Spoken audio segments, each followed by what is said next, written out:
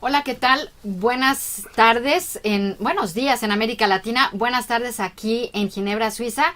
Estamos desde la cabina de Naciones Unidas para hacer este programa, 3 Puntos Noticias, con Diego de León, Juan Gasparini, hola, Olga Guzmán, que nos acompaña el día de hoy como invitada especial de la Comisión Mexicana para la Defensa y Promoción de los Derechos Humanos, François Zubiguer, como siempre, en la producción.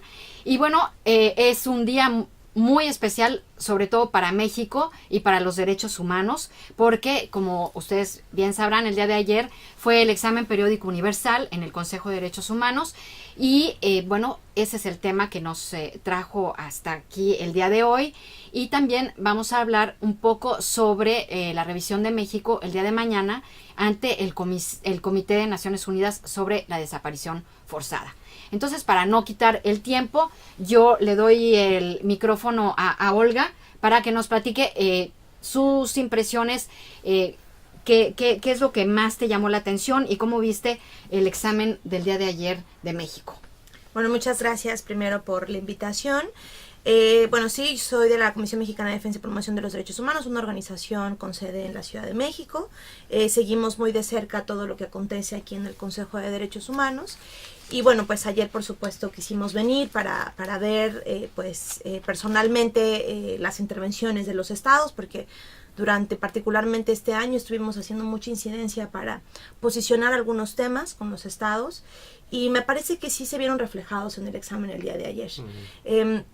Creo que de los temas que fueron mucho más sonados, ¿no?, por los estados fue la impunidad, ¿no? Me parece que hubo otros temas transversales, como fue la falta de protección de personas periodistas y defensores de derechos humanos, la falta de eficacia y medidas adecuadas, por ejemplo, las alertas, por ejemplo, de género, ¿no?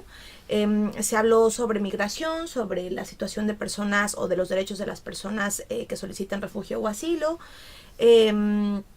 Me parece que hubo algunos países que también hablaron un poquito sobre ciertos grupos en situación de vulnerabilidad, como pueblos indígenas, pero realmente uno de los temas fue la falta de capacidad institucional para investigar y para sancionar los crímenes atroces y las violaciones graves a derechos humanos. o sea, impunidad a la base. Fue impunidad. Y llamaron a una fiscalía independiente un gran número de países y hay un gran debate en México sobre esto. ¿Qué nos puedes decir? O sea, sí, me parece que ahí justo creo que sí se vieron reflejadas las inquietudes y las solicitudes que hicimos un buen número de organizaciones de la sociedad civil mexicanas. Parte, digamos, de los temas que traíamos era que la comunidad internacional le pudiera recomendar al Estado mexicano el fortalecimiento o más bien la creación de una Fiscalía General independiente, autónoma, con un presupuesto pues realmente viable para que pueda investigar los delitos y las violaciones graves a derechos humanos. Pero también desde hace mucho ya traíamos un tema y era justamente por los niveles alarmantes de impunidad y de violencia que tenemos en el país, que parecerían, como lo dijo el propio alto comisionado de las Naciones Unidas, el anterior alto comisionado que hizo una visita a México en 2015, las cifras que tenemos son pues de un estado en donde parece que hay un conflicto armado de carácter no internacional, ¿no? Pese a que no es reconocido de esa manera en México. Entonces lo que hemos solicitado es el establecimiento de un mecanismo internacional contra la impunidad. El propio alto, después de su visita, pues de manera sui generis emitió 14 recomendaciones al Estado mexicano y la primera recomendación era, digamos, el establecimiento de un consejo asesor, como lo denominó, que podría dar o emitir una serie de recomendaciones y una ruta, ¿no?, sobre cuáles son las reformas y enmiendas que se tendrían que hacer en el Estado para poder revertir los alarmantes índices de impunidad. No se cumplió. pero esa propuesta implica que en ese comité asesor podría haber personalidades extranjeras. Bueno, no y eso decía... jamás lo va a aceptar México. Así es. Porque no van a aceptar la presencia de magistrados extranjeros, El país de más personas soberano de América Latina, digamos. que les diga recomendaciones. Entonces yo creo que eso hay que abandonarlo, hay que buscar otra cosa. Me da la impresión a mí, digamos, porque el Parlamento es hostil a eso. Y entonces eso es imposible. Si el Parlamento es hostil, eso no va a pasar. Creo que es la solución para muchas cosas, pero... Sí. No sé qué alternativa ustedes ven. En el gobierno de Peña Nieto sí, resultaba imposible, ¿no? Sobre todo porque Pero ellos el nos que viene dijeron quizás no. En el que viene no, porque tuvimos ya reuniones con el bueno. equipo y hay ahí declaraciones públicas que el presidente electo y su equipo ya ha hecho sobre Cierta la apertura claro. que tendría al escrutinio internacional y a cualquier organismo internacional. Bienvenido. Ahora ¿están viendo ustedes un poco la propuesta muy al estilo de la Comisión Internacional contra la Impunidad en Guatemala? Sí. La Comisión en Guatemala lleva un poco más de 10 años. Sería implementar un modelo similar o un modelo adaptado a las condiciones particulares en México. ¿Cómo lo han visto ustedes y cómo se trasladó aquí durante el examen periódico universal? La verdad es que sí nos inspiramos en el modelo de la CICIG. En México no hay gobernador, no hay funcionario de alto nivel que haya sido llevado ante la justicia y que actualmente esté compurgando una pena. Claro. Por delitos de corrupción o violaciones graves a derechos humanos. Eso es imposible. Vemos justamente como en otros países, sí, ¿no? Hay hasta presidentes. Y entonces lo que creíamos era, justamente porque no tenemos una fiscalía independiente, porque está designada por el Ejecutivo, por el presidente, realmente lo que creíamos era que sí tendría que tener una composición internacional, de tal manera que nos pudiera garantizar la imparcialidad de las personas que van a, en todo caso, tener atribuciones de persecución penal, ¿no? ¿Y eso lo han discutido con el equipo del nuevo presidente? Primero, las organizaciones estamos, digamos, en el detalle, ¿no?, de la propuesta, pero sí ya es una discusión que se abrió con los próximos funcionarios pues de este gobierno electo, ¿no? Ya es una discusión abierta. Y es una discusión, si me permites, yo que claro. conozco un poco más el tema de CICIG por ser guatemalteco, es una discusión que se debe llevar con mucha precaución, porque en la medida que uno habla de una fiscalía, en Guatemala se hablaba en esos términos y la primera propuesta que se lanzó, la CICIAX, fue declarada inconstitucional justamente porque la acción penal le corresponde al Ministerio Público, al ente nacional. Sí. Por lo tanto, la opción sí puede ser muy interesante de ser una auxiliar, digamos, de la actividad de la investigación y la persecución penal. Pero esos límites va a ser muy importante para México poderlos definir con mucha Es un claridad. mecanismo que va a apoyar, ¿no? Así es. Y de membresía de extranjeros y expertos independientes nacionales también tendría no solo que ser. apoyar, tiene que hacer la investigación. Exacto. Y decirle cómo tiene que actuar a la autoridad local. Es decir, bueno, ahí está el delincuente, vaya y acá están las pruebas. Exacto. Vaya, nada de no solamente apoyar, hacerle hacerle el trabajo, porque no lo quieren hacer. Yo creo que el problema más grave que hay es que el nivel de penetración que tiene la corrupción al interior del Estado inmoviliza el aparato del Estado, porque cuando vos escuchás las cosas de todas las estructuras que tiene México para combatir el delito, que acá yo las anotaba y no me alcanzaba la velocidad de mi mano. Una institucionalidad tiene todo, pero ¿por qué? Porque todo eso está penetrado con un grado de corrupción que eso no obedece a las órdenes de la ley y no pone presa a la gente. Ahora, regresemos un poco al examen periódico universal. Es la tercera vez que comparece en México, es el tercer ciclo. ¿Qué pasa, Olga, si nos puedes dar luces, qué pasa con el grado de implementación de las recomendaciones, que es el talón de Aquiles del mecanismo del examen periódico universal? ¿Qué pasa con eso? No, y además de eso, ¿qué va a pasar con quién va a aceptar esas recomendaciones que ya nos dijeron que el nuevo gobierno es el que las va a aceptar? Esperas que las acepten todas, porque entre ellas había la de Dinamarca y el Reino Unido que sí hablaron de este comité asesor precisamente. Entonces, bueno, de esas dos. Sí, bueno, realmente, como dicen, tenemos todo. Tenemos una institucionalidad grandiosa, ¿no? Tenemos unas leyes increíbles, ¿no? Dignas incluso de copiar de otros países, o que otros países más bien no las copien. El tema es la brecha entre lo que tenemos, ¿no? El marco normativo que tenemos y la implementación, por supuesto. Entonces, sí, eso a nivel nacional es un gran reto. Imagínense las recomendaciones de cualquier mecanismo internacional. Hoy en este tercer ciclo viene con muchas recomendaciones cumplidas, ¿no? Particularmente me refiero a en el pasado periodo se le pidió la emisión de leyes generales en materia de desaparición forzada y tortura. Fueron procesos muy complejos en el ámbito nacional, pero hoy llega con esas leyes y la mayor parte de los países le felicitaron por esas leyes. Avance. No obstante, viene con muchísimos retrocesos, ¿no? Viene con el gran retroceso de haber emitido básicamente un marco que legaliza la actuación de las Fuerzas Armadas en tareas de seguridad pública, como fue la Ley de Seguridad Interior, que sí me preocupó, que fue muy poco cuestionada por la comunidad internacional. Incluso teóricamente 1 o 2 difícil. Países lo cuestionaron. Sí. Ajá. Y por ejemplo, la medida del arraigo, que aquí quisieron además como decir, solo hay actualmente una persona arraigada, una se preguntaría, pues quítenlo de la Constitución, ¿no? Si ya no se está utilizando, ¿por qué tener una figura Esa que prevención así allí, es, pues. y una figura que responde a un régimen, pues, que no tiene un digamos, marco regulatorio democrático, ¿no? Entonces, ya, que se quite eso de la Constitución, sigue estando en la Constitución, ¿no? Incluso nos preocupa que también ya como parte de las nuevas medidas que está anunciando el gobierno electo es un marco regulatorio, pues, un poco punitivo, ¿no? En términos de ampliar el catálogo de delitos para prisión preventiva. Eso habrá que ser muy, muy cuidadosos de lo que pueda venir en la próxima legislatura. Los países se preocuparon por la cuestión de la impunidad y si bien es cierto que solo fue Dinamarca quien propuso o quien recomendó el establecimiento de un mecanismo para combatir la impunidad, Reino Unido habló más sobre el Consejo Asesor, Advisory Council, como le llamaron, ¿no?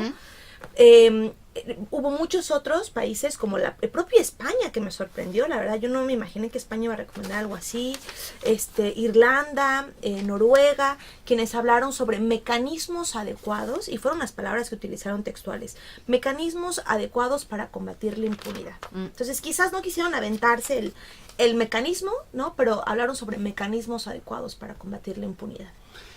Y Juan, tú estuviste ahí, sí. Gabriela.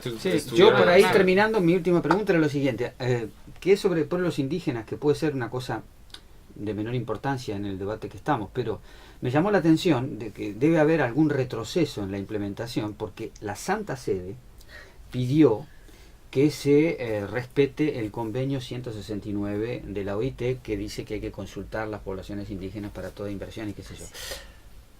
Eso ya es viejo, tendrían que haber ya algún grado de implementación, ese mecanismo de consulta, que la Santa Sede lo haya pedido, debe ser que no se ha hecho nada. No hay reglamentado un proceso para una consulta previa, libre e informada de pueblos indígenas en México. Desafortunadamente no existe.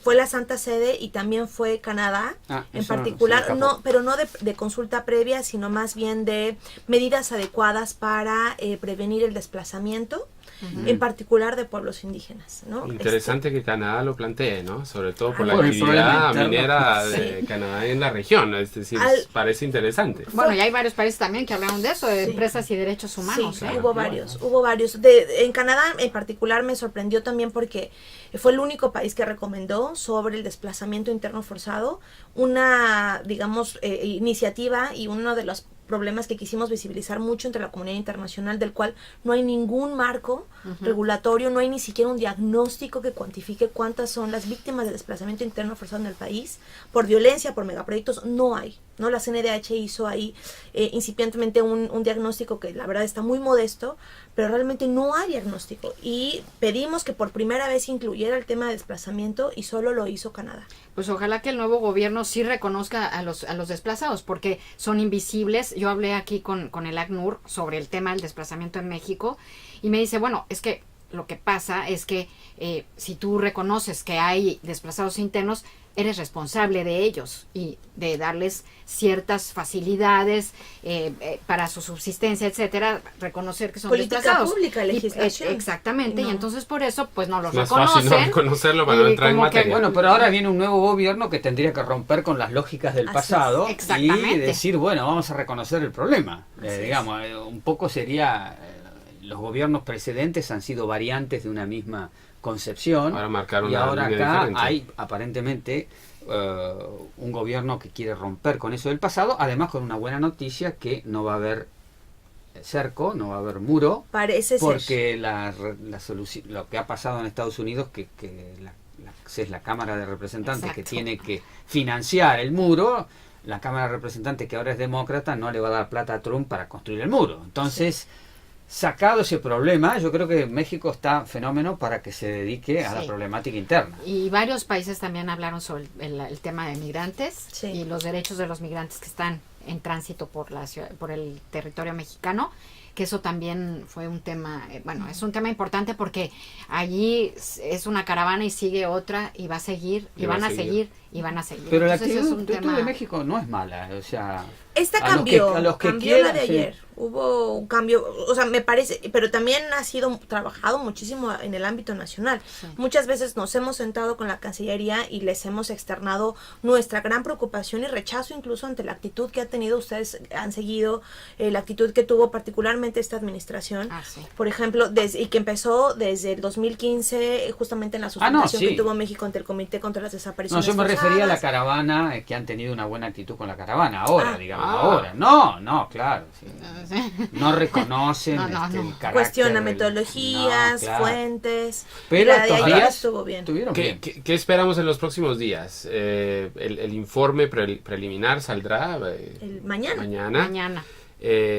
Tú preguntabas antes qué gobierno, qué administración Claro, es la que retoma. Si retoma la otra. En la delegación hay una composición mixta del nuevo gobierno con o cómo van a hacer esa transición. Nosotros solicitamos, las organizaciones solicitamos que Que venga. integraran, ¿no? Ah. A personas del gobierno electo y bueno, solo integraron a una persona que va a Ujú. ser, que parece ser es muy cercano al próximo canciller. Ujú. Él estuvo presente, ¿no? También en la reunión Es un buen mensaje, posterior. ¿no? Roberto, Sí, Roberto Velasco. se llama así. Y bueno, pues ahí también el subsecretario de Asuntos Multilaterales y Derechos Humanos, que fue quien, digamos, encabezó la delegación, dijo que pues le toca a la próxima administración aceptar las recomendaciones. Dijo, por lo pronto lo que escuchamos, nada es como para que no aceptemos, ¿no? Sí. Todo parece muy bien, pero es Todo esperar parece hasta- muy bien, pero lo que sí me dijo a mí el subsecretario es que solamente hay 2 recomendaciones que no van a aceptar. Ujú. Una es con respecto al matrimonio, a la cuestión, alguien le dijo de la familia que sea Egipto, me parece. un hombre fue. y una mujer. Fue una cosa así. Egipto y la Santa Sede, que la Santa Sede hizo muy buenas recomendaciones, Pero también hasta hizo la última, otra, que que- fue O otra. sea que Es no van a con aceptar respecto al cuestiones aborto. que son Porque hay Que van en contra. matrimonio igualitario y Sí, todo sí, eso ya sí. hay en México. Eso ya Entonces hay en no pueden México. ir contra Una la legislación regresión, interna. digamos. Es una ¿no? regresión. No pueden ir contra la ley Y lo interna ya mismo, adoptada. exacto, y lo mismo con el derecho que tiene la mujer a decidir. Entonces, bueno, eso. Y Eso bueno, sí. ya O sea, para que irnos... es una buena señal que no acepten esas. Exacto. Es decir, porque el rechazo Sí. no siempre es negativo en el examen en ese periódico sentido, universal. y al parecer van a decir, nosotros no tenemos ningún problema, aceptamos eso menos estas 2, pero no podemos decir ya nada definitivo porque estamos en una transición y estamos esperando al nuevo gobierno para Bueno. que en enero acepten ellos y digan cuáles son las recomendaciones. Ahora- Entonces, la pelota está en la cancha del gobierno del próximo presidente López Obrador. Ahora, podemos Bueno. quizá afirmar que les fue bastante bien en el examen periódico universal, pero ahora viene un examen un poco menos politizado, más técnico, y es el Más examen fuerte. ante el comité Así es. sobre las desapariciones forzadas. ¿Qué nos puedes tú contar al respecto y cómo lo ven ustedes también en los próximos días? Ese es mañana, hay un grupo... Mañana y tarde. Así es. 2 sesiones. 2 sesiones. Ya hubo una reunión previa entre los colectivos, particularmente que vienen también desde México, que son principalmente madres, hermanas o familiares de personas desaparecidas. Eso fue ayer, ¿no? Eso fue ayer, una reunión con integrantes del comité, y el día de mañana pues será ya el diálogo con el Estado mexicano. Hay que recordar que este diálogo es un diálogo extraordinario y es la primera vez que lo sostiene el comité con un país. Es decir, México tiene el mayor número de acciones urgentes en el comité a nivel mundial. Incluso después de, antes que Irak y Colombia, que eran los 2 países también con un mayor número de acciones urgentes ante el comité. No México- resueltas, digamos, no Wow. atendidas. no atendidas, y bueno, sobre todo de acciones urgentes que tiene, es decir, que el reflejo es que a nivel nacional, ¿no? Las instituciones han sido incapaces de hacer la búsqueda de las personas desaparecidas, y es por eso que las víctimas han decidido acudir al comité. Entonces, es el principal país, y pues el comité preocupado decide pues llamar al Estado mexicano a este diálogo, ¿no? pues para ver de qué manera se puede cumplir, ¿no? Justamente con las obligaciones derivadas de la convención. Entonces, es un diálogo extraordinario, el Estado mexicano lo aceptó, no más que sí hay que recordar que, o sea, porque México siempre lo plantea como, miren qué buenos somos, estamos dispuestos a cooperar. Yo lo que les decía es, sí, pero recuerden que eso es una llamada de atención, no es un diálogo porque quieren platicar con ustedes, es porque no están cumpliendo con las obligaciones derivadas de la convención. Entonces, pues mañana vamos a ver qué sucede. Esperaríamos que en esta ocasión sí ya el Estado mexicano decida reconocer la competencia contenciosa del comité, es decir, que pueda recibir casos individuales, ¿no? Que es algo que no lo ha aceptado el Estado mexicano, O sea, lo ha ratificar rechazado. el protocolo. La competencia contenciosa del comité, y la otra sería, ya se le había solicitado una visita al comité. Hay una disposición en la convención que dice que cuando el comité recibe información fidedigna de que se cometen desapariciones de forma sistemática o generalizada en el país, en el estado parte, el comité puede solicitar una visita in loco, ¿no? Ya se le solicitó a México, pero el Estado mexicano también la ha rechazado contundentemente. Esperaríamos que sean dos cuestiones que acepten y por supuesto que puedan ayudar a acompañar esas acciones urgentes que están pues en el comité. ¿Y la misma delegación del EPU va a ser la que va a concurrir mañana? Una parte, sí, me imagino una parte. O sea que el nivel va a ser de buen nivel. Es alto nivel, sí. Bueno, hay que recordar que en el EPU pasado, en el segundo ciclo, vino el canciller. En ese entonces era Meade. En esta ocasión, José Antonio Meade fue el que encabezó, era el secretario de Relaciones Exteriores. En esta ocasión, el secretario de Relaciones Exteriores, Videgaray, no vino. Quien encabezó fue el subsecretario. No, es un mensaje muy positivo ese. O sea, tenemos que cerrar este programa. México es un tema que nos interesa muchísimo, no solo por su papel en toda la región, América Latina, sino por, digamos, su labor aquí en el plano internacional. Así que seguiremos dándole seguimiento al tema mexicano. Muchas gracias por estar aquí. Gracias. Juan, hasta la próxima edición de 3 Puntos. Gabriela. Muchísimas gracias y bueno, estamos aquí y vamos a estar muy pendientes el día de mañana de esta revisión de México y los tendremos al tanto por si necesitamos, no sé, la semana que entra a lo mejor volver a abordar el asunto, pero bueno, aquí los tendremos informados. Hasta la próxima y adiós. Hasta luego. Buenas tardes.